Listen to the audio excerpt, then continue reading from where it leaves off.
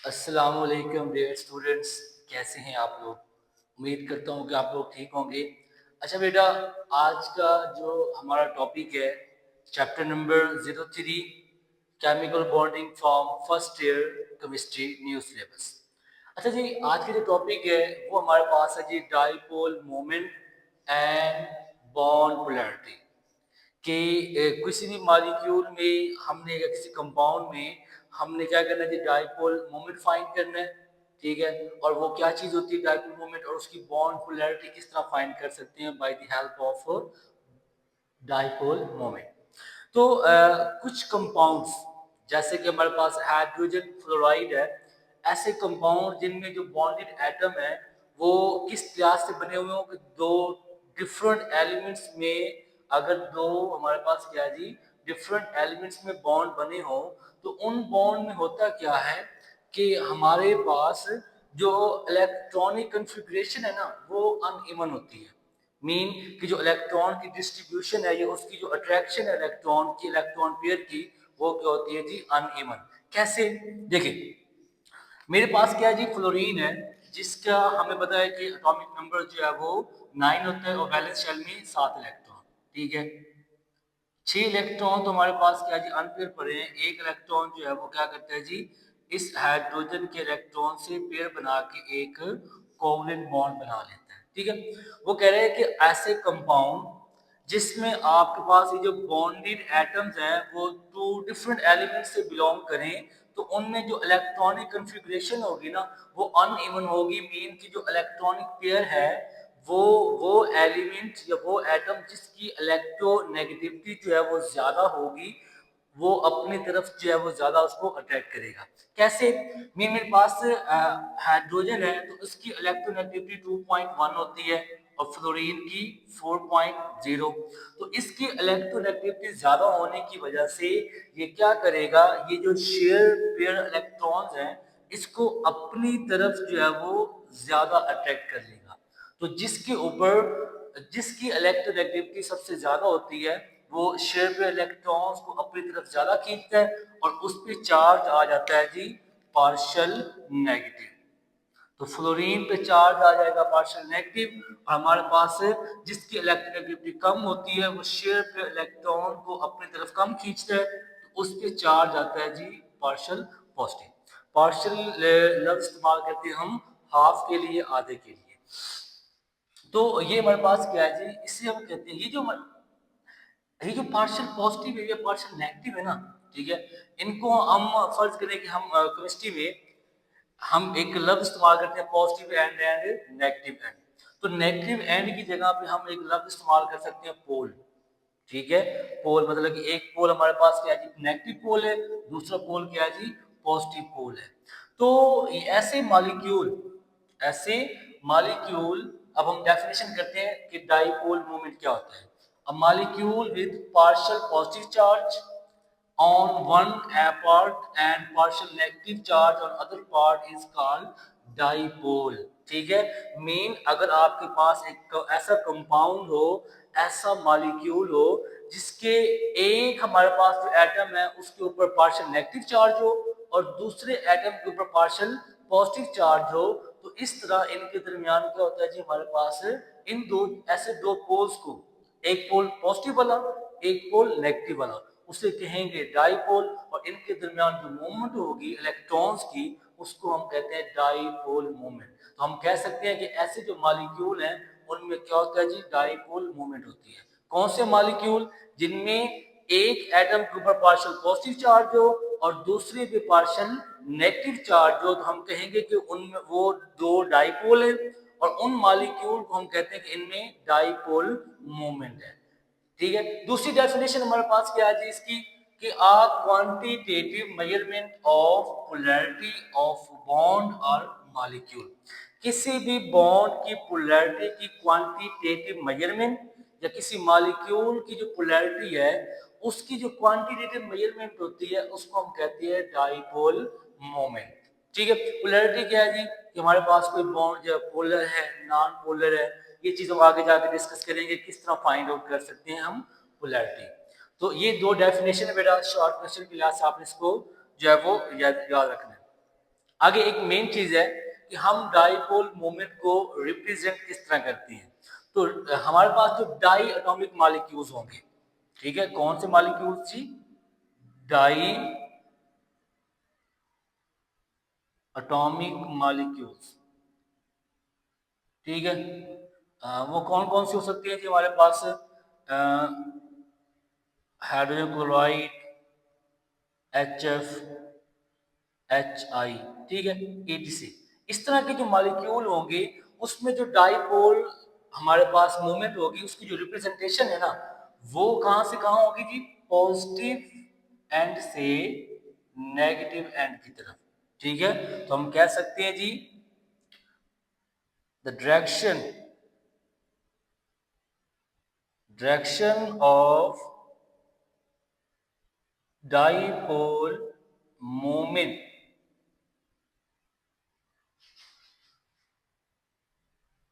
is directed from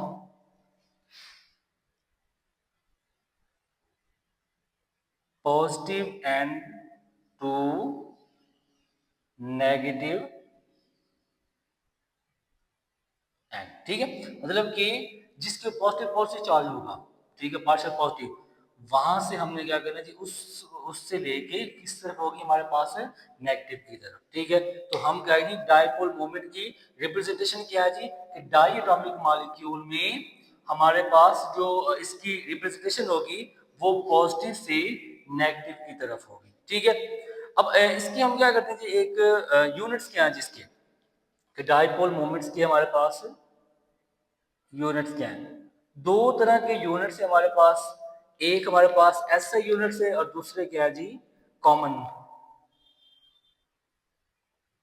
SI unit, ठीक है, और दूसरा कौन सा जी? Common. So SI unit of dipole moment is metre coulomb. अच्छा, ये मीटर कूलम कैसे आया है? क्योंकि हमारे पास एक फार्मूला है, ठीक है, इसका डाइपोल मोमेंट का। वो क्या है कि हमारे पास जो म्यू होता है ना, वो इक्वल है जी क्यू मल्टीप्लाई आर, ठीक है। मीन आप कह सकते हैं कि डाइपोल मोमेंट की डेफिनेशन आप इस तरह भी कर सकते हैं, the product of charge and distance between centre of two atoms, ठीक है। मीन कि हमारे पास इसके ऊपर जो चार्ज होगा, ठीक है, उसको हम Q का नाम देंगे, और इन दो एटम के दरमियान जो डिस्टेंस होगा उसको हम R का नाम देंगे। तो हम डेफिनेशन कर सकते हैं डाइपोल मोमेंट की, the product of charges on atoms and distance between two bonded atom is called dipole moment. अब हम यहाँ पे हमारे पास जो Q है, Q का जो हमारे पास होता है, क्या कहते हैं इसको, ऐसा यूनिट, वो हमारे पास क्या है जी? कूलम। और आर क्या है जी? हमारे पास मीटर है, तो इसको हम कहेंगे जी मीटर कूलम। सेंटीमीटर इसलिए नहीं कहते, मतलब इस तरह हम इसलिए नहीं लिखते ताकि जो है वो सेंटीमीटर में बन जाए, तो हम मीटर को पहले लिख लेंगे, कूलम को बाद, मीटर कूलम। तो इसका जो कॉमन हमारे पास जो यूज होता है इसका, क्या कहते हैं, डाइपोल मोमेंट का यूनिट, वो है जी डीबाई। एक साइंटिस्ट था जिसने इसको इंट्रोड्यूस करवाया था, डी बाय। इसको हम मोस्टली डी से रिप्रेजेंट करते हैं, ठीक है। तो ये फार्मूला बेटा आपने लाजमी याद रखना है, ठीक है। ये म्यू की जगह पे हम इसको एक लफ्ज और है पी, स्मॉल पी से भी क्या डाइपोल मोमेंट को हम रिप्रेजेंट करते हैं, ठीक है। हम ये जो है वो इसकी नोटेशन इससे भी डोनेट कर सकते हैं और पी से भी कर सकते हैं, सही है। तो ये है जी डेफिनेशन, सिंपल डेफिनेशन क्या है जी उसकी, रिप्रेजेंटेशन क्या है। अब हम देखते हैं कि वो कंपाउंड्स जिनमें क्या है जी दो या दो से ज्यादा एटम्स हों, उनका डाइपोल मोमेंट हम किस तरह फाइंड कर सकते हैं, ठीक है। तो अगर किसी भी कंपाउंड में दो या दो से ज्यादा एटम हो, तो उसका जो डाइपोल मोमेंट है वो डिपेंड करता है उसका स्ट्रक्चर किस तरह से है, ठीक है। कि compounds having more than two elements, ऐसे कंपाउंड जिसमें दो या दो से ज्यादा एलिमेंट्स हों, उनका जो डाइपोल मोमेंट है depends upon the structure of molecule. उनका जो डाइपोल मोमेंट है वो डिपेंड करेगा कि उसका स्ट्रक्चर किस तरह से है, कैसे?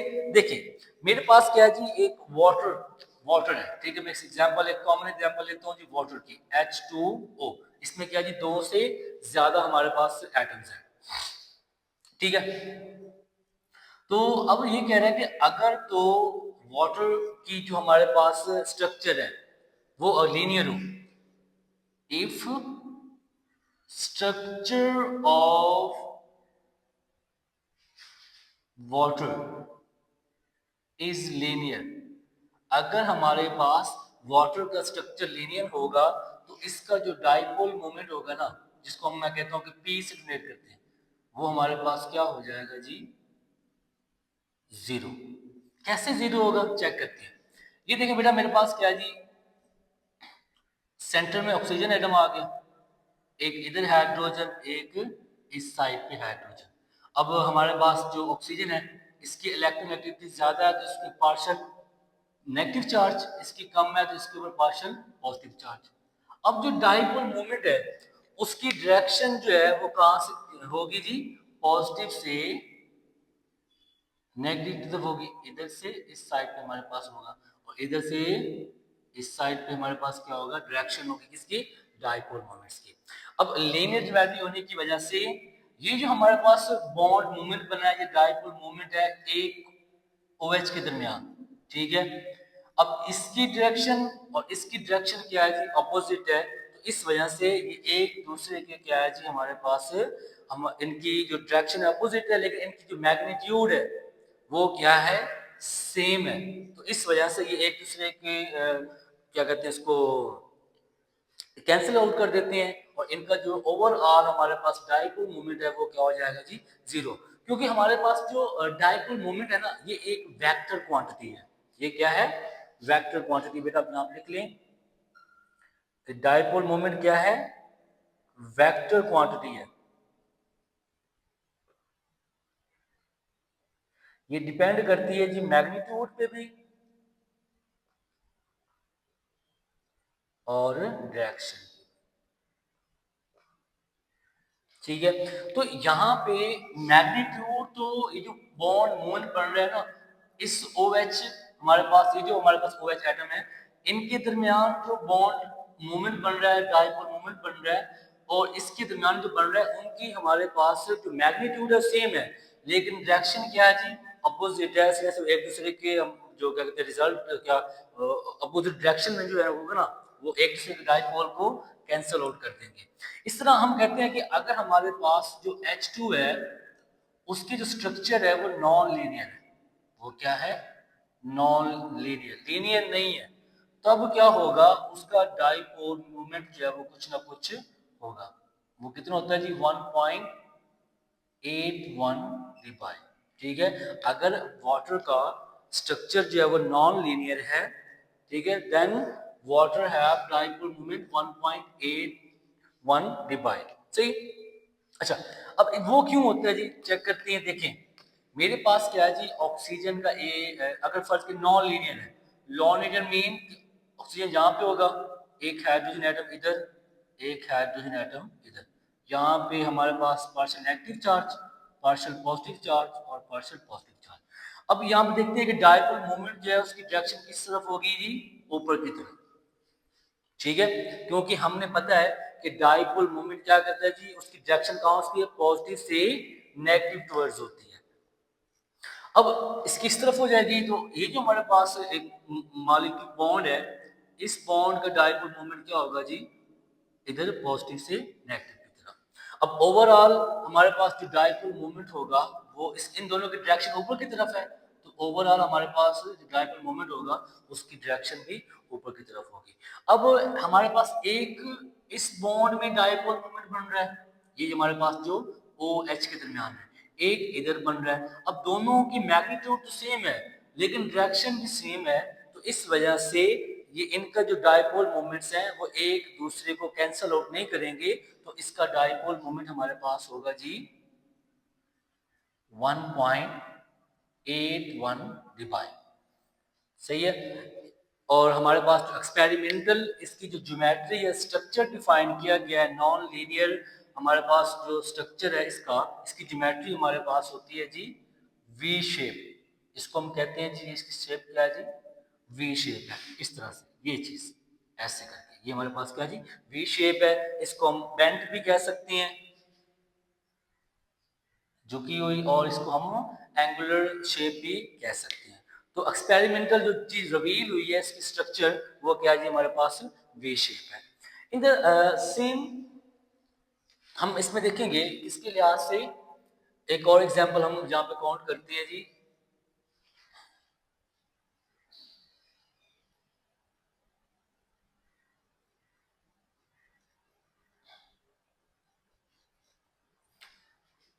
एग्जाम्पल किसकी है जी, हमारे पास SO2 की।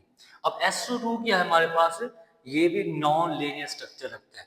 हमने कहा था कि हमारे पास जो ऐसे कंपाउंड जिसमें दो या दो से ज्यादा एटम्स हों, ठीक है, तो उनका जो हमारे पास डायपोल मोमेंट है वो डिपेंड कर रहा होता है उसके स्ट्रक्चर पे। अब SO2 है ना, तो SO2 में होता ये है कि इसका जो स्ट्रक्चर है वो नॉन लीनियर है। नॉन लीनियर मीन कि सेंटर में हमारे पास क्या होगा, ऑक्सीजन, सॉरी सल्फर, और ऑक्सीजन इस साइड पे होंगे, ऐसे करके। अब हमें पता है कि जो ऑक्सीजन है इसकी इलेक्ट्रोनेगेटिविटी ज्यादा होती है, तो इस पे पार्शियल नेगेटिव चार्ज, इस पे पार्शियल पॉजिटिव चार्ज। अब जो डायरेक्शन है डाइपोल मोमेंट की, वो होगी कहां से जी, पॉजिटिव से किसकी तरफ जी, नेगेटिव की तरफ, ऐसे। सही है, तो ये इनकी डायरेक्शन क्या है जी, डाउनवर्ड है। तो जो रिजल्टेंट हमारे पास ये आएगा, क्या कहते हैं इसको, डाइपोल मोमेंट, उसकी डायरेक्शन भी नीचे की तरफ होगी। अब हुए जो कंक्लूजन है वो ये है कि SO2 की जो स्ट्रक्चर है वो लीनियर नहीं है।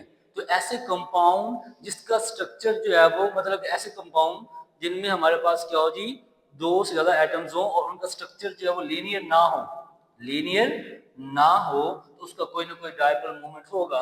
तो SO2 का जो डाइपोल मोमेंट है, ठीक है, वो हमारे पास क्या है जी, 1.61 डिवाइड, ठीक है। लेकिन क्या जी, ये वाटर के बिल्कुल अपोजिट डायरेक्शन में है।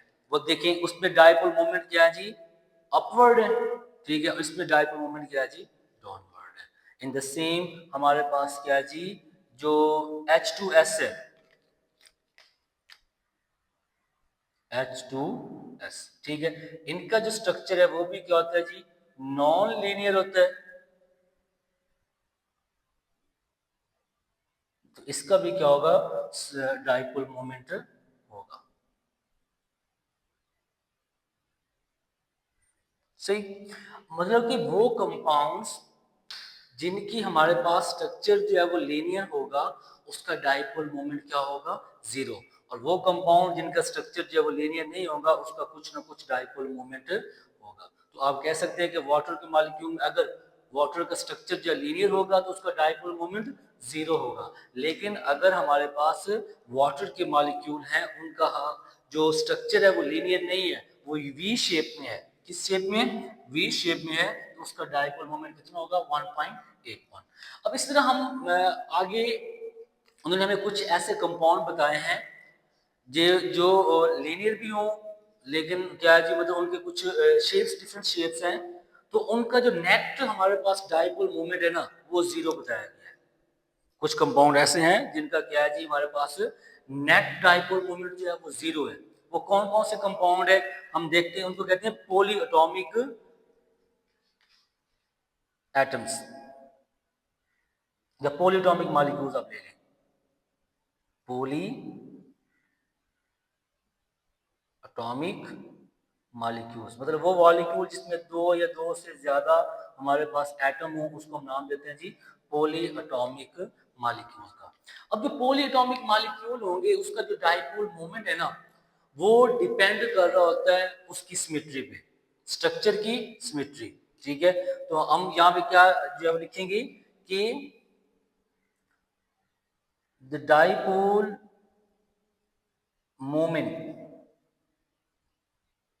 moment of polyatomic molecule depends on, किस चीज पे डिपेंड करता है जी पॉलीटॉमिक मॉलिक्यूल का, on their symmetry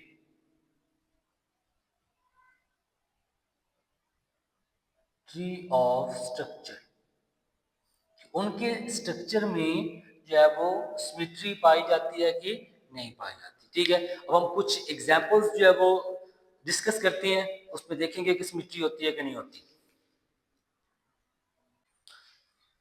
अच्छा जी, मीन कि कुछ हमारे पास मॉलिक्यूल ऐसे हैं जिनका जो नेट डाइपोल मोमेंट है वो क्या होता है जी, जीरो। हमने कहा कि कुछ पॉलीएटॉमिक मॉलिक्यूल जो है उनका जो नेट डाइपोल मोमेंट है ना वो जीरो होता है। क्यों? क्योंकि उनके जो हमारे पास स्ट्रक्चर होता है, उन मॉलिक्यूल का जो स्ट्रक्चर होता है उनमें सिमेट्री पाई जाती है। ठीक है, अब ये सिमेट्री क्या चीज है?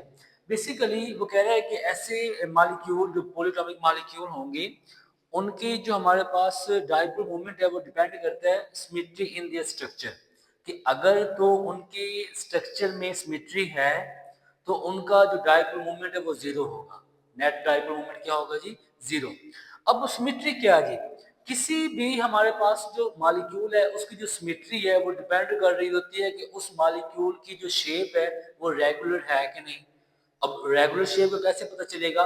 रेगुलर शेप का हमें इस तरह पता चलेगा कि वो जो मॉलिक्यूल है उसमें जो सराउंडिंग एटम है, सेंट्रल एटम के जो अलावा जो सराउंडिंग एटम है वो एक जैसे होने चाहिए, और उनका जो बॉन्ड एंगल है सराउंडिंग एटम का वो एक जैसा होना चाहिए।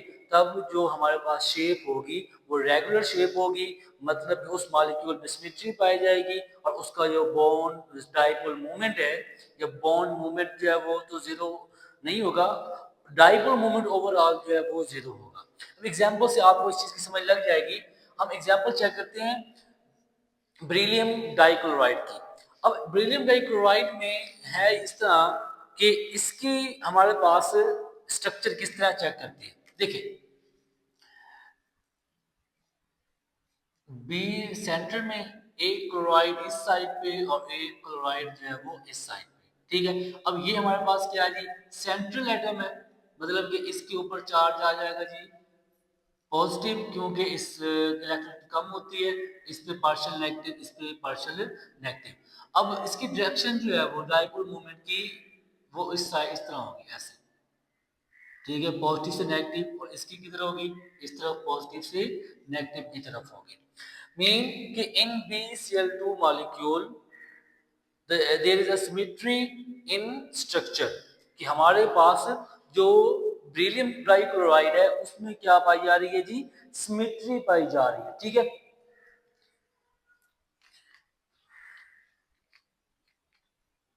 कि हमारे पास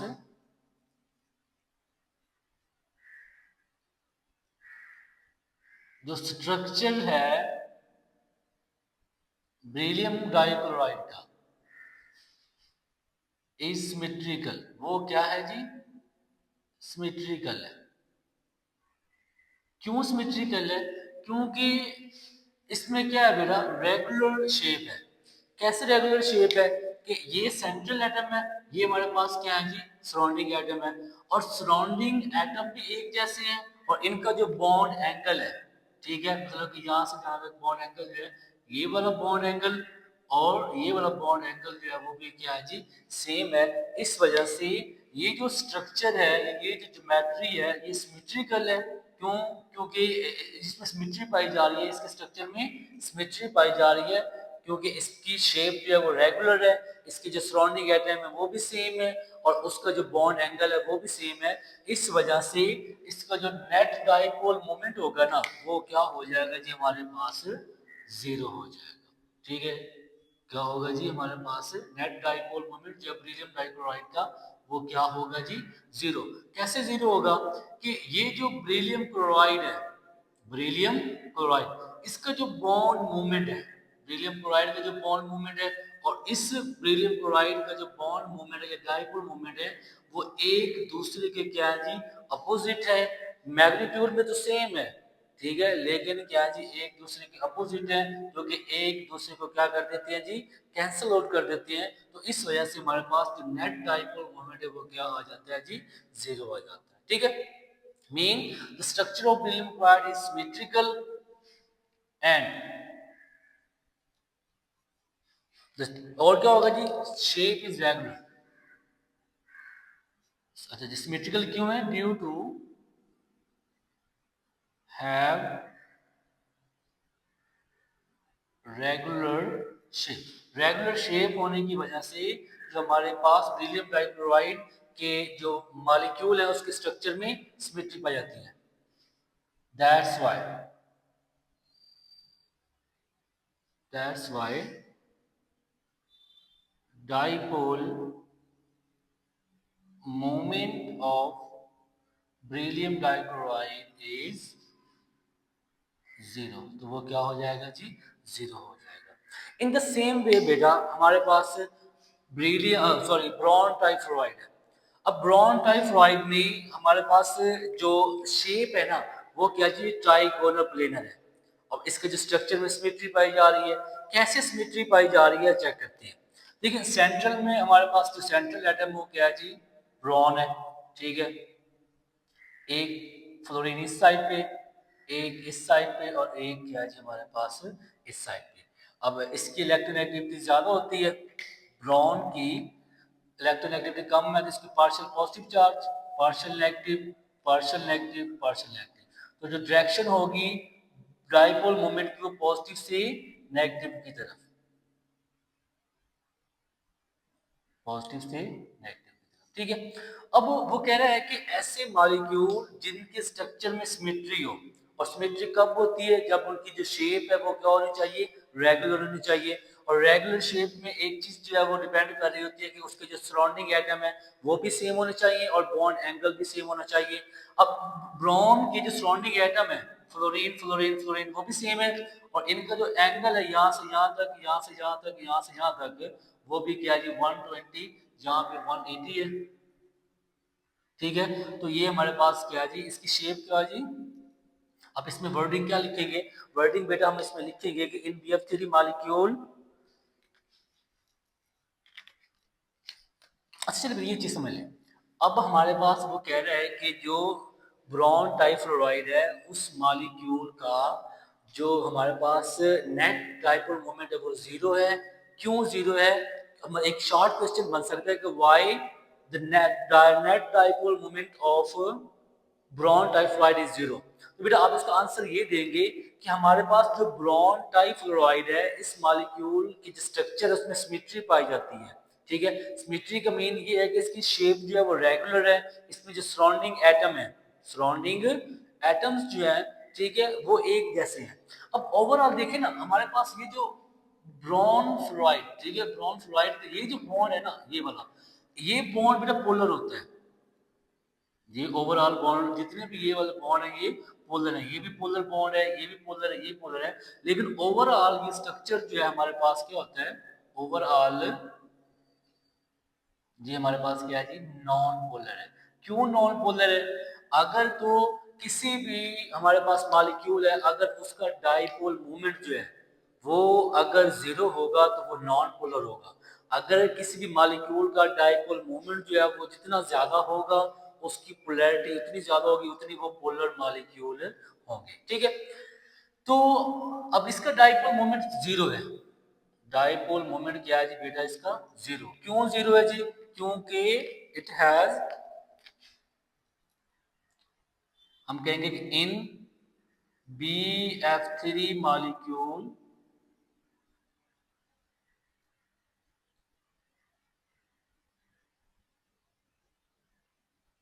has trigonal planar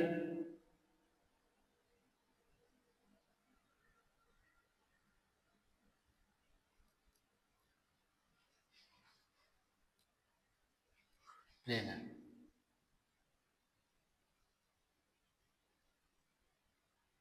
structure.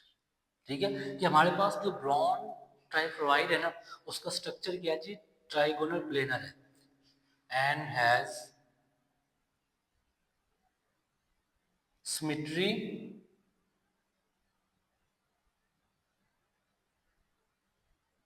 in their molecule। इसके मॉलिक्यूल में सिमेट्री होती है। So net dipole moment is zero. तो डाइपोल मोमेंट हमारे पास बेटा क्या हो जाएगा जी, जीरो हो जाएगा। इस तरह हमारे पास लास्ट एग्जांपल है कार्बन टेट्राक्लोराइड। अब कार्बन टेट्राक्लोराइड है बेटा, उसकी जो शेप है हमारे पास वो होती है जी टेट्राहेड्रल। तो हम कहेंगे कि हमारे पास जो carbon tetrachloride has tetrahedral shape and is symmetry in their structure. इसके भी स्ट्रक्चर में जो है वो सिमेट्री होती है। कैसे बेटा सिमेट्री होती है देखते हैं। क्लोरीन हमारे पास क्या है जी, सॉरी कार्बन जो है वो सेंट्रल एटम है,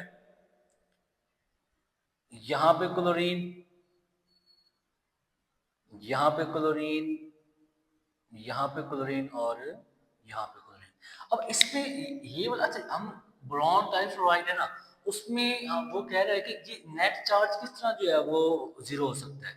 मेन फर्ज करें आप ये इस तरह का वो स्ट्रक्चर होगा इस तरह से कि तीनों साइड से हमारे पास जो डाइपोल मूवमेंट्स होंगे ना, उनकी जो फोर्स है वो एक जैसी होगी। जब दोनों तीनों की फोर्स एक जैसी होगी तो वो हमारे पास जो सेंट्रल एटम है वो मूव नहीं करेगा, तो उसका डाइपोल मोमेंट जो है वो सारे एक दूसरे को कैंसल आउट कर देंगे, तो वो जीरो हो जाएगा।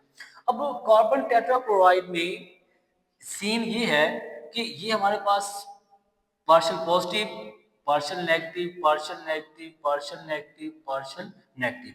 तो हमारे पास डाइपोल मोमेंट की डायरेक्शन जो है वो बेटा पॉजिटिव से नेगेटिव की तरफ, पॉजिटिव से नेगेटिव की तरफ, पॉजिटिव से नेगेटिव की तरफ और पॉजिटिव से नेगेटिव की तरफ।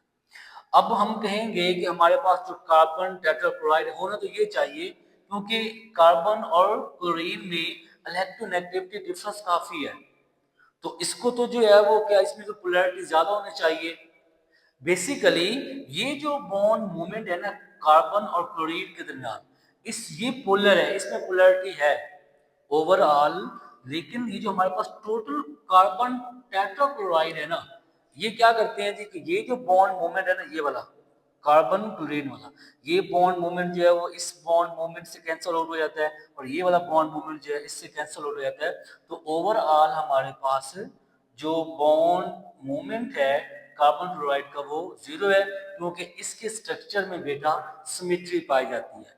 देखें कि हमारे पास जो कार्बन है ये सेंट्रल एटम है, सराउंडिंग एटम भी सेम है और इनका बॉन्ड एंगल भी सेम है, इसलिए इस मॉलिक्यूल का जो स्ट्रक्चर है उसकी रेगुलर शेप है। रेगुलर शेप क्यों है? क्योंकि हमारे पास सराउंडिंग एटम भी एक जैसे हैं और बॉन्ड एंगल भी एक जैसा है। तो ऐसे मॉलिक्यूल जिनका स्ट्रक्चर में सिमेट्री पाई जाए, उनकी शेप जो है वो रेगुलर हो, उसका जो नेट हमारे पास डाइपोल मोमेंट होता है बेटा वो जीरो होता है। तो इसका भी डाइपोल मोमेंट जीरो होगा। ठीक है, तो हम इसको वर्डिंग में किस तरह लिखेंगे कि हमारे पास क्या है कि इन carbon tetrachloride molecules, carbon tetrachloride molecule has tetrahedral geometry. उसका जो स्ट्रक्चर होगा बेटा वो क्या होगा जी, टेट्राहेड्रल मतलब ज्योमेट्री का स्ट्रक्चर होगी and have symmetry in their structure. इसके स्ट्रक्चर में बेटा क्या होगी जी, सिमेट्री होगी। ठीक है, और सिमेट्री होने की वजह से जो हमारे पास फोर कार्बन क्लोराइड के जो बॉन्ड मूवमेंट्स हैं, ये डाइपोल मूवमेंट्स हैं, ये एक दूसरे को क्या कर देंगे जी, कैंसल आउट बेटा कर देंगे। ठीक है,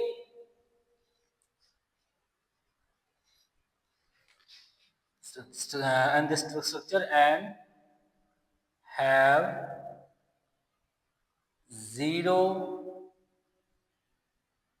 dipole